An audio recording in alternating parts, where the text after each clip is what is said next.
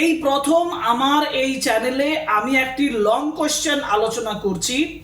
এখন এই লাইনটাকে যদি লিখতে চাই, মানে এই লাইনটাকে আমি ফলো না করে থাকতে পারবো না। যারা সহজভাবে লিখতে যাও তারাও এটা লেখার চেষ্টা করবে, জটিলভাবে যারা একটু স্ট্যান্ডার্ড তারাও লিখবে। জটিলভাবে লিখতে যাও তাহলে তোমার জটিল লাইনগুলোকে পর লিখে নাও, একটা লং কোশ্চেন হয়ে যাবে। Last touches written by Robert Browning এর উপরে অ্যানালিসিস এবং এসএকিউ ক্লাসের পরে আমরা এই প্রথম যে যে কোয়েশ্চেনটা আলোচনা করব লং কোয়েশ্চেন হিসাবে, সেটা হচ্ছে ড্রামাটিক মনোলগ। এবং এই প্রথম আমার এই চ্যানেলে আমি একটি লং কোয়েশ্চেন আলোচনা করছি। এই প্রথম তোমরা একটা লং কোয়েশ্চেন ভালোভাবে কিভাবে লিখতে হয় সেটা আমার এই ক্লাস থেকে বুঝতে পারবে। আমার কোয়েশ্চেনটা হচ্ছে যে মাই Last duchess as a dramatic monologue. তো ড্রামাটিক মনোলগ হিসাবে যদি মাই লাস্ট ডাচেস আমার লং কোয়েশ্চেনে আসে, আমাকে কিভাবে লিখতে হবে এই পুরো বিষয়টা নিয়ে আজকে আলোচনা করব। সহজ সরলভাবে তোমাদেরকে বুঝিয়ে দেব। এমনকি যারা মনে করবে যে আমার রাইটিংটা একটু জটিল হবে, তাদের জন্য আমি এখানে আলোচনা করে দেব যেভাবে লিখতে হয়, যেভাবে লিখলে তুমি একটা ফুল মার্কস পাবে, সেটা আমি এই ক্লাসে আলোচনা করব। So welcome to English edition channel, and today's class is on a long question, and the topic of the long question is My Last Duchess as a dramatic monologue. Long question টা হলো analyze My Last Duchess as a dramatic monologue or consider Browning's My Last Duchess as a dramatic monologue.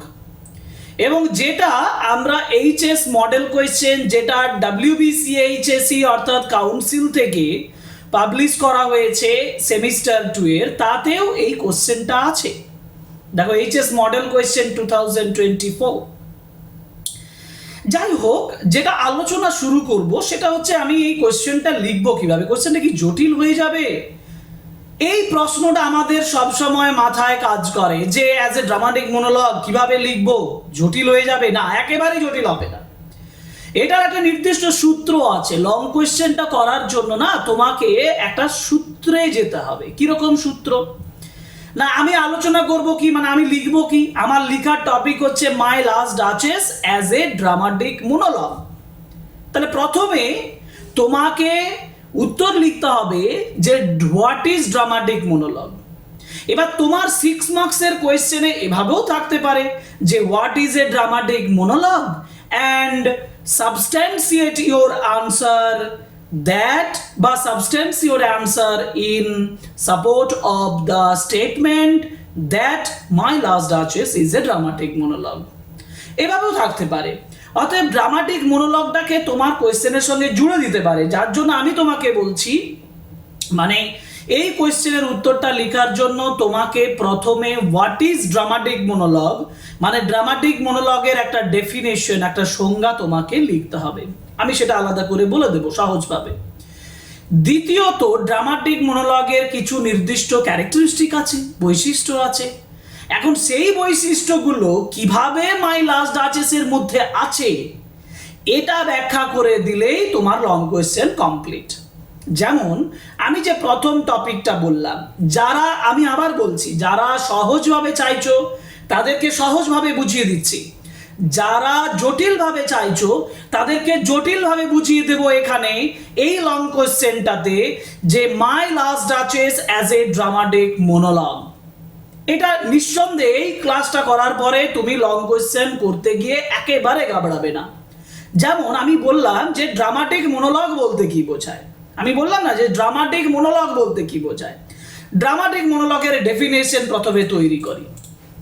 First আমাকে যেটা তৈরি করতে হবে সেটা হচ্ছে যে হোয়াট ইজ ড্রামাটিক মনোলগ। দেখো আমি বলেছি কি না, এ dramatic monologue is a poem. হ্যাঁ, ড্রামাটিক মনোলগ একটি কবিতা। এখন ড্রামাটিক মনোলগ, আমি যেহেতু মাই লাস্ট ডাচেস একটা কবিতাকে জাস্টিফাই করছি, তাহলে আমি এখানে পোয়েম হিসাবেই বলছি, না হলে ড্রামাটিক মনোলগ একটা ড্রামার ভিতরেও থাকতে পারে।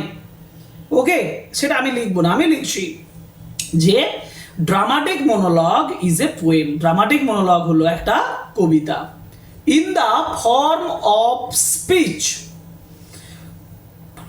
In the form of speech মানে বক্তব্যের ভঙ্গিতে। তাহলে dramatic monologue is a poem in the form of speech of an individual character. Individual মানে একজন ব্যক্তিগত ক্যারেক্টার, ব্যক্তিগত চরিত্র। কি দাঁড়ালো? A dramatic monologue is a poem in the form of speech of an individual character. একটি ব্যক্তিগত যে চরিত্র তার যে স্পিচ, সেই স্পিচের আকারে কবিতাটা লেখা হয়। নাম্বার 1। এর সঙ্গে লিখব যেটা character speaks about his or her thoughts. এই যে ক্যারেক্টারটা যিনি এই স্পিচটা দিচ্ছেন, সেই ক্যারেক্টারটি বলেন, speaks about his or her thoughts, তার নিজের ভাবনা চিন্তাগুলো, এক্সপিরিয়েন্স অভিজ্ঞতার কথাগুলো, অ্যান্ড ফিলিংস এবং অনুভূতির কথা, before one or more than one silent listener. একজন বা একজনের বেশি নীরব একজন লিসেনার, শ্রোতা থাকেন। তাহলে one or more than one silent listener who is not the reader, যে কিন্তু যিনি পড়ছেন তিনি নন। অ্যান্ড দ্য স্পিচ, এবং এর সঙ্গে আমি এখানে অ্যান্ড কথাটা যোগ করে আমি এই কথাটা লিখতেও পারি, আবার নাও লিখতে পারি, তুমি লিখে দেবে। And the speech gives insight into the characters, চরিত্রগুলোর ভেতরে প্রবেশ করে, তাদের অন্তর্দৃষ্টিটা প্রকাশ করে, ইনসাইটটা প্রকাশ করে। তিনটে ম্যাটার আছে। What is dramatic monologue? খুব ইজি ম্যাটার। দেখো, হোয়াট ইজ ড্রামাটিক মনোলগ? না, এই dramatic monologue is a poem. Dramatic monologue একটি কবিতা। Dramatic monologue is a poem in the form of speech of an individual character. Okay, now the character speaks about his or her own thoughts, experience and feelings before one or more than one listener, silent listener. Listener থাকবে কিন্তু সে কিন্তু silent থাকবে। who is not the reader, যিনি লেখক মানে যিনি পড়ছেন তিনি নন, অন্য একজন। and the speech gives insight into the character, এবং এই স্পিচটা ওই চরিত্রের যে ভেতরের বা চরিত্রের বৈশিষ্ট্য সম্পর্কে আলোকপাত করে। বোঝা গেল? ওকে, তাহলে আমার ড্রামাটিক মনোলগের ডেফিনেশন কমপ্লিট হয়ে গেল। এবার ডেফিনেশন কমপ্লিট করার পরে আমি তোমাকে বলবো যে আমি যে মাই Last duchess as a dramatic monologue প্রমাণ করব কিভাবে। প্রমাণ করার জন্য প্রথম যে বিষয়টা তোমাকে মাথায় রাখতে হবে সেটা হচ্ছে যে ড্রামাটিক মনোলগের কি কি বৈশিষ্ট্য থাকে। আমি পার্টিকুলারলি 3-4টা ক্যারেক্টারিস্টিক বলে দেবো, কিভাবে মাই লাস্ট ডাচেসের মধ্যে ওই ক্যারেক্টারিস্টিকগুলো আছে, বৈশিষ্ট্যগুলো আছে, সেগুলো তোমাকে লিখতে হবে। যেমন দেখো, যেমন দ্য ইম্পর্টেন্ট, এখান থেকে আমার লং কোয়েশ্চেন সেকেন্ড পার্টটা শুরু, 4 মার্কসের যেটা থাকবে বা 5 মার্কসের যেটা থাকবে সেটা এখান থেকে শুরু। The important features of dramatic monologue আর, ড্রামাটিক মনোলগের ইম্পর্টেন্ট ফিচার্সগুলো হলো অ্যাব্রাপ্ট বিগিনিং। দেখো, প্রথমত যেটা অ্যাব্রাপ্ট বিগিনিং মানে হচ্ছে হঠাৎ শুরু হয়ে যাওয়া, sudden beginning of the poem. হ্যাঁ, আমরা দেখি তো যে কবিতাটাতে হঠাৎ করে ডিউক একটা পেন্টিং এর দিকে তাকিয়ে দেখুন বলে একজনকে সম্বোধন করছেন, তাই না? অর্থাৎ তার লাস্ট ডাচেসের পেন্টিং সম্পর্কে ডেসক্রিপশন দিচ্ছেন, কিন্তু তার আগে আমার কাছে কোনো ইন্ট্রোডাকশন নেই যে who is the person speaking to, who is the person speaking, about whom is he speaking, speaking কার সম্পর্কে তিনি বলছেন, কিচ্ছু বলা হয়নি। আমাকে সরাসরি অ্যাব্রাপ্ট বিগিনিং করে দেওয়া হয়েছে, আমি সেটাই ভাষায় লিখবো। দেখো বলছি, important features of dramatic monologue আর অ্যাব্রাপ্ট বিগিনিং, হঠাৎ শুরু হয়ে যাওয়া, সিঙ্গেল স্পিকার, একজন বক্তা থাকবেন, মনোলগ যেহেতু একজন বক্তা থাকবেন, সাইলেন্ট লিসেনার, নীরব একজন শ্রোতা থাকবেন, অ্যান্ড সাইকোলজিক্যাল ইনসাইট, এবং মনস্তাত্ত্বিক আভ্যন্তরীণ যে চরিত্রের বৈশিষ্ট্য সেগুলো প্রকাশ করা, যেটাকে আমি বলেছি সাইকোলজিক্যাল ইনসাইট। মুখস্থ করে নেবে। কি বললাম? Important features of dramatic monologue আর abrupt beginning, single speaker, silent listener and psychological insight. এবার আমি ব্যাখ্যা করব কিভাবে এই 4টা বৈশিষ্ট্য ড্রামাটিক মানে মাই লাস্ট ডাচেসের মধ্যে আছে। যেমন Browning's poem My Last Duchess begins with dramatic suddenness. Browning এর যে মাই লাস্ট ডাচেস কবিতাটা শুরু হচ্ছে একটা ড্রামাটিক সাডেননেস দিয়ে, যেটা আমি বলেছিলাম অ্যাব্রাপ্ট বিগিনিং। এখন ওই সেন্টেন্সে যেহেতু আছে অ্যাব্রাপ্ট কথাটা আমি আর দ্বিতীয়বার ব্যবহার করলাম না, আমি সাডেননেস কথাটা ব্যবহার করলাম, যে একটা ড্রামাটিক সাডেননেস নিয়ে ব্রাউনিং এর মাই লাস্ট ডাচেস শুরু হচ্ছে। একটা বৈশিষ্ট্য ধরা পড়লো। দ্বিতীয় বৈশিষ্ট্য দেখো, ইন দ্য পোয়েম, এই কবিতায়, the duke of Ferrara is speaking to, duke of Ferrara কথা বলছেন, কার সঙ্গে কথা বলছেন? Speaking to a count. আমি কি ঠিক লিখেছি? না, to the envoy of a count. লিখা ঠিকই আছে, আমি বলতে ভুল করছি। যে in the poem the duke of Ferrara is speaking to the envoy of the count, কাউন্টের এনভয়ের সঙ্গে কথা বলছেন, তিনি তাহলে সাইলেন্ট লিসেনার। এখন এইটা আমি সরাসরি বলছি না, বলে এখানে একটা ঐতিহাসিক, একটা হিস্টোরিক্যাল ম্যাটার আছে, যে ডিউক অফ ফেরেরা মানে অ্যালফোনসো দ্য সেকেন্ডকে বোঝানো হচ্ছে, আর তার লাস্ট ডাচেস বলতে লিউক্রেজিয়াকে বোঝানো হচ্ছে। সেটা একটু ব্যাখ্যা করে দেব। তুমি যদি মনে করো সহজভাবে লিখতে চাও, তাহলে এই লাইনটা তোমরা ফলো নাও করতে পারো। খুব সিম্পলভাবে লিখতে গেলে এই লাইনটা লিখে ছেড়ে দাও, এই লাইনটা লেখার দরকার নেই।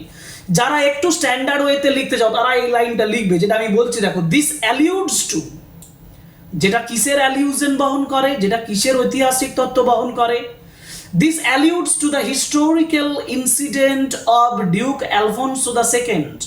ডিউক অ্যালফোনসো দ্য সেকেন্ডের ঘটনাটাকে বোঝায়। Who negotiates for a second marriage, যে নেগোসিয়েট করে, সমঝোতা করে। হু নেগোসিয়েটস, যে সমঝোতা করে, ফর এ সেকেন্ড ম্যারেজ, দ্বিতীয় বিয়ের জন্য, after the death of his first wife, তার প্রথম স্ত্রীর মারা যাওয়ার পরে, যার নাম হচ্ছে লিউক্রেজিয়া। ভালোভাবে দেখো, বলছে যে in the poem duke Ferrara is speaking to the envoy of a count, এর সঙ্গে তুমি যোগ করতে পারো who is a silent listener, and this alludes to the historical incident of the duke Alfonso the second who negotiates for a second marriage, যে দ্বিতীয় বিয়ের জন্য সমঝোতা করছে after the death of his first wife Lucrezia, লিউক্রেজিয়ার মৃত্যুর পরে। আমি আবার বলছি, যারা সহজভাবে লিখতে চাও তারা এখানে কাউন্টে লিখে ছেড়ে দাও, যারা একটু স্ট্যান্ডার্ড করতে চাও লেখাটাকে, তারা এই লেখাটাকে ফলো করবে। ওকে, সবার জন্য বলছি, সবার জন্য এইখানে লং কোয়েশ্চেন আলোচনা করব। সমস্ত ধরনের স্টুডেন্ট, যার জটিল মনে হয় সেও একভাবে পাবে, মানে একইভাবে সবার জন্য আমি আলোচনা করে দেব। পরের পেজে চলে আসি, মানে পরের লাইনগুলোতে চলে আসি। পরের লাইন যেটা, সেটা হচ্ছে যে here is the silent listener, এইখানে সাইলেন্ট লিসেনার রয়েছে, কমা দেব the envoy of the count. আমি যদি ওখানে who is the silent listener লিখে দিই, তাহলে এইখানে এই সেন্টেন্সটা আর আমি এখানে লিখতে যাব না। আমি আবার বলছি, যদি আমি ওখানে who is a silent listener লিখে দিই, তাহলে এটা লিখবো না। ওখানে যদি সাইলেন্ট লিসেনার কথাটা না লিখে থাকি, তাহলে এখানে লিখবো here is the silent listener the envoy of the count. The Duke ন্যারেটস, এখন সে সাইলেন্ট লিসেনার কেমন ভাবে হচ্ছে সেটা ব্যাখ্যা করি। দ্য ডিউক ন্যারেটস, ডিউক বর্ণনা করছেন his own experiences of his first wife, তার প্রথম স্ত্রীর অভিজ্ঞতার কথা বর্ণনা করছে, the last duchess, and his own feelings at the simple behaviour of the duchess, এবং ডাচেসের সরল বিহেভিয়ার, সরল আচরণটা সম্পর্কে বলছে। লুকিং অ্যাট হার পোর্ট্রেট, তার ছবিটার দিকে তাকিয়ে, looking at her portrait painted by Fra Pandolf before the messenger, before the envoy, ওই যে এনভয় বা মেসেঞ্জারের সামনে তার পোর্ট্রেট, যেটা ফ্রা প্যান্ডবের দ্বারা আঁকা, তার দিকে তাকিয়ে সে তার নিজস্ব ফিলিংসটা প্রকাশ করছে। আরো একবার বলে দিচ্ছি, মন দিয়ে দেখো। Here is the silent listener the envoy of the count, the Duke narrates his own experience of his first wife, the last Duchess, and his own feelings at the simple behaviors of the Duchess, looking at the portrait painted by Fra Pandolf before the messenger. এখন এই লাইনটাকে যদি লিখতে চাই, মানে এই লাইনটাকে আমি follow না করে থাকতে পারবো না। যারা সহজভাবে লিখতে যাও তারাও এটা লেখার চেষ্টা করবে, জটিলভাবে যারা একটু স্ট্যান্ডার্ড তারাও লিখবে, কিন্তু যারা সহজভাবে লিখতে চাও তাদেরকে আমি বলে দিচ্ছি যে দেখো এখানে তোমরা লিখবে here is the silent listen of the envoy of the count, okay. The Duke ন্যারেটস his own experience of his first wife, এখানে একটা ফুল স্টপ দিয়ে দেবে। তার and his first wife the last duchess, এখানে ফুল স্টপ দিয়ে দেবে। এইখানে লিখবে হি শোজ হিজ ওন ফিলিংস, এখানে যোগ করবে হি shows his own feelings at the simple behaviour of the duchess, okay, full stop দিয়ে দেবে। আর এইটা না বললেও হবে তোমাদের জন্য, ওকে, বোঝা গেল তো? ওকে, পরেরটাই চলে যাই। দ্য সাইকোলজিক্যাল ইনসাইটস, এবার আমার আরেকটা বৈশিষ্ট্য কি ছিল, যে সাইকোলজিক্যাল ইনসাইটস অফ দ্য ক্যারেক্টারের বৈশিষ্ট্য প্রকাশ করতে হবে, যেটা ড্রামাটিক মনোলগের মধ্যে থাকে। যেমন psychological insights of the duke is revealed মানে প্রকাশিত হয়। The psychological insights of the duke is revealed as the duke depicts his wife, যখন ডিউক তার স্ত্রীকে বর্ণনা করেন, ডেপিক্টস মানে বর্ণনা করা। He swings between alternate currents of praise and blame, প্রশংসা দায়, একবার প্রশংসা করছে আবার দায়ী করছে। Attraction and revulsion, art and life. এই অংশটা আমি লিখেছি শুধুমাত্র যারা স্ট্যান্ডার্ড ওয়েতে জটিল করে লিখতে চাও, কিন্তু যারা সহজভাবে লিখতে চাও তারা এই সেন্টেন্সটাতে প্রথম লাইনটা লিখেই তোমরা ছেড়ে দেবে। Psychological insights of the duke is revealed, এটা লিখেই ছেড়ে দেবে তোমরা, ঠিক আছে? যারা সহজ লিখতে চাও তারা প্রথম লাইনটা লিখে ছেড়ে দাও, যারা জটিল লিখতে চাও তারা তারপরের অংশটা লাগবে, তাদের জন্য একটু বড় হবে। সো আরো একটু যদি যারা সহজ লিখতে, যারা যদি আরো সহজভাবে চাও তাহলে আমি একটু যোগ করতে পারি, সেটা হচ্ছে যে the duke depicts his wife, full stop দিয়ে he swings between currents and of praise and blame, এখানে ফুল স্টপ দিয়ে দেবে, দেখো ছেড়ে দাও, অত জটিল করার দরকার নেই। যদি করতে চাও ওই যে বললাম। এরপরে বলেছি ড্রামাটিক সিচুয়েশন। দেখো ড্রামাটিক মনোলগ বলছি না, ড্রামাটিক মনোলগে ড্রামাটিক সিচুয়েশনের বিষয় থাকবেই। তাহলে আমি বলবো dramatic situation reaches its climax, dramatic situation ক্লাইম্যাক্সে পৌঁছে যাচ্ছে। কখন না, ওয়েন ডিউক শোজ, যখন ডিউক দেখাচ্ছে প্রাইড অ্যান্ড ক্রুয়েলটি, গর্ব আর নিষ্ঠুরতা। প্রাইড মানে গর্ব, ক্রুয়েলটি মানে নিষ্ঠুরতা, গর্ব দেখাচ্ছে, নিষ্ঠুরতা দেখাচ্ছে। জেলাসি অ্যান্ড পজেসিভনেস, জেলাসি মানে হিংসা, আর পজেসিভনেস মানে হচ্ছে যার সমস্ত কিছু আমার বলে মনে করে, সেই পজেসিভনেস। when he says, যখন সে বলছে then all smiles stop together, এটা একটা কোটেশন তুমি তুলে দেবে যে ড্রামাটিক সিচুয়েশনটা ক্লাইম্যাক্সে পৌঁছে যাচ্ছে যখন when the duke shows, duke দেখাচ্ছে pride and cruelty, jealousy and possessiveness, when he says, যখন তে বলছে then all smiles stop together, এটা ড্রামাটিক যে সিচুয়েশনের উপরে আলোচনা করলাম এই একটা লাইন। পরের লাইনে যাই। পরের লাইনে যেটা বলতে চাইছে সেটা কি না, ডিউক এক্সপেক্টেড, ডিউক আশা করেছিল। ডিউক কি আশা করেছিল? রিচ ডাউরি, একটা সমৃদ্ধ ডাউরি, খুব বেশি একটা পণ চেয়েছিল ফর দ্য নেক্সট ম্যারেজ, পরের বিয়ের জন্য। He draws the envoy's attention to the bronze statue of Neptune taming sea horse, সে আবার এনভয়ের মানে ওই যে মেসেঞ্জার, সংবাদ বাহক, তার যে অ্যাটেনশন, তার মনোযোগটা আকৃষ্ট করছে সেই ব্রোঞ্জ স্ট্যাচুর দিকে, যেটা নেপচুনের ব্রোঞ্জ স্ট্যাচু, যেটা একটা সি হর্সকে টেম করছে, মানে তাকে শান্ত করছে, এই ধরনের একটা যে ছবি নেপচুনের, সেটার প্রতি আকৃষ্ট করছে। এবং এটা দ্বারা কি বোঝা যাচ্ছে? এটা দ্বারা বোঝাচ্ছে যে তার কন্ট্রোলিং, তার অথরিটেটিভ নেচারকে বোঝা যাচ্ছে। আমি এখানে একটা সেন্টেন্সে লিখতে পারি যে the duke actually shows here is authoritative nature. The whole poem, তাহলে আমরা এতগুলো ক্যারেক্টারিস্টিক পেলাম। আমরা বলেছি এখানে অ্যাব্রাপ্ট বিগিনিং এর কথা বলেছি তো। অ্যাব্রাপ্ট বিগিনিং যখন বলা হয়ে গেছে, তারপরে আমি বলেছি যে এখানে সাইকোলজিক্যাল ইনসাইট আছে, মনস্তাত্ত্বিক ডেসক্রিপশন পাবো, এখানে ক্যারেক্টারকে প্রকাশ করবে এরকম ডেসক্রিপশন পাবো। এবং ক্যারেক্টার ডেসক্রিপশনের পরে নাম্বার 3 পয়েন্ট যেটা থাকে সেটা হচ্ছে যে ড্রামাটিক মনোলগের মধ্যে ড্রামাটিক সিচুয়েশন ক্রিয়েট করা হচ্ছে, যেটাও আমি একটা লাইনে বলেছি তো। আরেকটা জিনিস বলেছিলাম যে সাইলেন্ট লিসেনার আছে, লিসেনারকে বলছে কিন্তু লিসেনার সাইলেন্ট থাকবে, একজন ব্যক্তি ইন্ডিভিজুয়াল ক্যারেক্টার সে সমস্ত কথা বলে যাবে। এখানে ডিউক অফ পেরেরা সব বৈশিষ্ট্য বলা হয়ে গেছে।